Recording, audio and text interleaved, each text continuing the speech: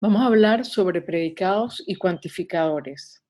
Esta presentación tiene como fuente una guía de estudio de la asignatura de Lógica Básica de la Universidad Metropolitana.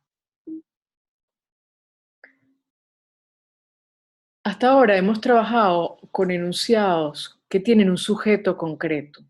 Por ejemplo, Lógica Básica es una asignatura del área inicial de la UNIMED. El diputado Pizarro es militante de Primero de Justicia.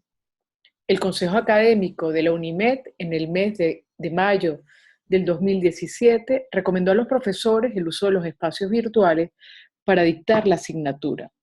En estos tres ejemplos, como te podrás dar cuenta, estamos hablando de proposiciones, donde tienen cada uno de estos enunciados un sujeto concreto y existe un criterio objetivo que nos permite determinar si son verdaderas o falsas.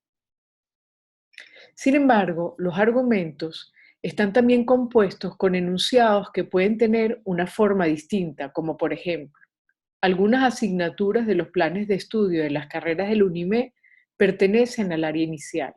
Cualquier persona tiene derecho a la vida. Algunos diputados venezolanos son militantes de Voluntad Popular. Todos los hombres son mortales. Fíjate que en estos cuatro ejemplos ya no son una proposición, ya el sujeto no es concreto. El sujeto es un grupo, algunas asignaturas, cualquier persona, algunos diputados venezolanos, todos los hombres.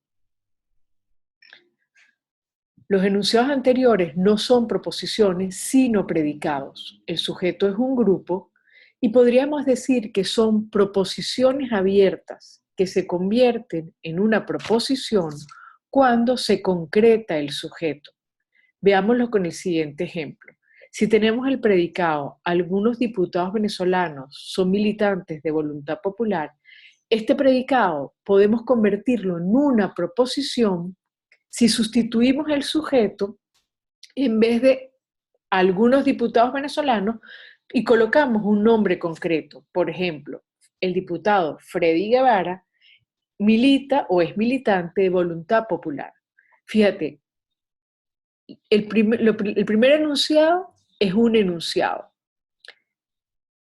Perdón, el primer enunciado es un predicado, mientras que el segundo enunciado ya es una proposición. Hemos cambiado el sujeto por una constante, el diputado Freddy Guevara. Entonces, ya en este caso podríamos decir que incluso es una proposición verdadera.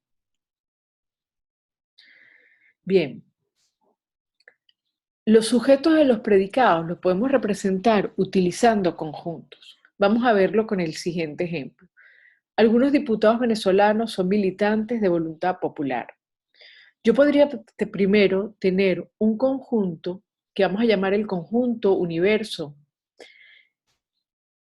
que estaría formado, en este caso yo lo defino como todos los diputados venezolanos. Entonces fíjate que el sujeto de esta proposición ya no es todo el universo, es un grupo del universo que vamos a representar mediante ese círculo con, o esa circunferencia o ese círculo con la letra A. Ese conjunto, el conjunto A, vendría a ser los diputados venezolanos que militan en Voluntad Popular. Fíjate la diferencia de cómo graficaríamos un predicado y una proposición. Si yo tengo la proposición Freddy Guevara milita en Voluntad Popular, ya Freddy Guevara no es un conjunto, es un elemento. Entonces se representaría con un punto y una letra minúscula. En el primer caso, el sujeto es un conjunto. Algunos diputados venezolanos militantes de Voluntad Popular. Mientras que en el segundo ejemplo, en la proposición, tenemos un elemento concreto, Freddy Guevara. Por eso es que para comenzar con el tema de predicados es importante repasar la teoría de conjuntos. Entonces, primero, un conjunto, recordar que es una colección de objetos bien determinados, y decimos bien determinado porque tiene que existir un criterio que nos permita poder decir si un objeto pertenece o no a un determinado conjunto. A los objetos que forman parte de los conjuntos los llamamos elementos. Para designar los conjuntos vamos a utilizar letras mayúsculas, A, B, C, D, mientras que para designar a los elementos de un conjunto utilizaremos letras minúsculas, A, B, C, D. También vamos a utilizar letras minúsculas, pero del final del abecedario, como X, Y, Z, para hablar de variables. Y una variable vendría a ser una representación genérica de los elementos de un conjunto. Vamos a verlo con un ejemplo. Si A es el conjunto de las asignaturas del área inicial de la UNIMED, A minúscula vendría a ser una constante, es lógica básica, es un elemento concreto del conjunto A. Mientras que X sería sería la representación de cualquiera de las asignaturas que forman parte del área inicial. Es decir, X puede ser lógica básica, matemática básica, lenguaje y universalidad, comprensión de Venezuela, etcétera, etcétera. Entonces, ¿qué es un predicado? Es una proposición abierta que contiene una o más variables, que no es una proposición, pero que se convierte en una proposición cuando se sustituye la o las variables por una constante. Los predicados se designan con letras mayúsculas y al lado se pone entre paréntesis las variables que lo integran. Por ejemplo, P de X, si el predicado tiene una única variable que es X, Q de Y, R de X y Y si tiene dos variables, etc. Veámoslo con un ejemplo. Todas las asignaturas del área inicial de los planes de estudio de la UNIMED son obligatorias. En este enunciado, nosotros podemos definir, para empezar, un predicado. Lo definiremos utilizando la letra P y la variable X. Y definiremos el predicado como X es una asignatura del área inicial de los planes de estudio de la UNIMED. Si A representa lógica básica, el predicado ya no va a ser P de X, sino P de A. Y el predicado ahora quedaría convertido en una proposición que sería lógica básica, es una asignatura del área inicial de los planes de estudio de la UNIMED. Fíjate que en este caso incluso es una proposición que es verdadera. Entonces, P de X es un predicado, porque X puede representar muchas cosas, mientras que P de A ya es una proposición, porque A es un elemento concreto que convierte entonces el predicado en una proposición.